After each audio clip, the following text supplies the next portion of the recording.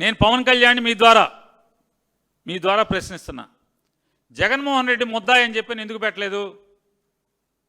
అంటే ముద్దాయి పెట్టకపోతే ముద్దాయి అని లెక్క? చెప్పండి.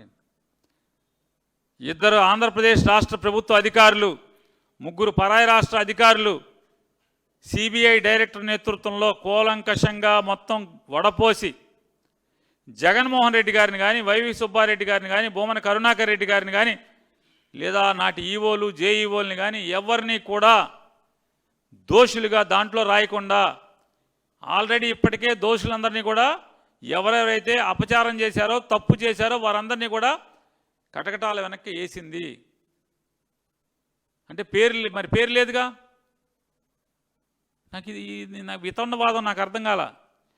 పోలీసులు ఒక ఎఫ్ఐఆర్లో ఫైనల్ ఛార్జ్షీట్ వేస్తారండి, దాంట్లో పవన్ కళ్యాణ్ ముద్దాయి అని పేరు రాయలేదు. ముద్దాయి అని పేరు రాయలేదుగా, అతను ముద్దాయి అంటారా? చెప్పండి సార్. ఏమండి, అనేక ఘోరాలు జరిగినాయి పిఠాపురంలో. అలాగే జనసేనకు సంబంధించినటువంటి మొన్నే ఒక ఎమ్మెల్యే గారు ఒక ఆడకూతురిని చెరబట్టాడు. సార్ రెండో మొగుడా మూడో మొగుడు ఏదో ఒక మొగుడు తర్వాత ఆ అమ్మాయిని మోసం చేశాడా చేయలేదా? మోసం చేశాడని అందరూ లోకం అర్థమైంది. లోకానికి కేసు కట్టారు ఎమ్మెల్యే గారి మీద. ఆ ఎమ్మెల్యే గారి మీద కట్టిన ఎఫ్ఐఆర్లో పవన్ కళ్యాణ్ గారి పేరు లేదు కదా, కాబట్టి ముద్దాయి అంటే ఏం మాట్లాడుతున్నావు? ఫైనల్ ఛార్జ్షీట్ వేసింది, పోనీ ఇదేమి ప్రిలిమినరీ ఛార్జ్షీట్ కాదు కదా, ఫైనల్ ఛార్జ్షీట్ కోర్టుకు సబ్మిట్ చేసింది కదా. సుప్రీంకోర్టుకు కూడా, ఎపెక్స్ కోర్టుకు కూడా కాపీ ఇచ్చింది కదా. దాంట్లో ముద్దాయిల్ని ఆల్రెడీ తేల్చారు కదా, ఎవరెవరైతే ఈ తప్పుకు ఒడిగట్టారో వాళ్ళందరినీ కూడా ముద్దాయిలుగా చేశారు కదా.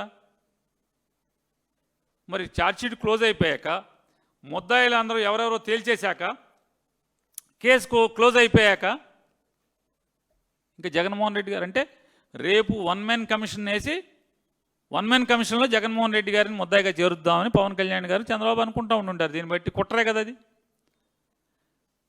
మీ నోటి ద్వారా నాకు అనేది మీరు ఒక పాత్రికేయుడిగా మీరు విన్నదాన్ని బట్టి ఆయన పవన్ కళ్యాణ్ గారు ఒక దుర్మార్గమైన దుర్బుద్ధి, వీళ్ళిద్దరూ ఈ కమిషన్ వేసి దుర్బుద్ధిలో ఉన్నారన్నమాట. జగన్మోహన్ రెడ్డి గారిని ముద్దాయిగా చేరుస్తాకి ఉన్నారన్నమాట. అంతే కదా. వాళ్ళేమో ఎంక్వైరీ క్లోజ్ అయిపోయిందన్నారు, ఇన్వెస్టిగేషన్ క్లోజ్ అయిపోయిందన్నారు, ముద్దాయిని తేల్చేశారు, క్లీన్ చిట్ ఇవ్వలేదుగా. అంటే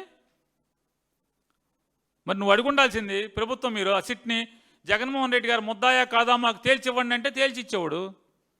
మీరు ఎందుకు అడగలా? మరి అడగాలి కదా.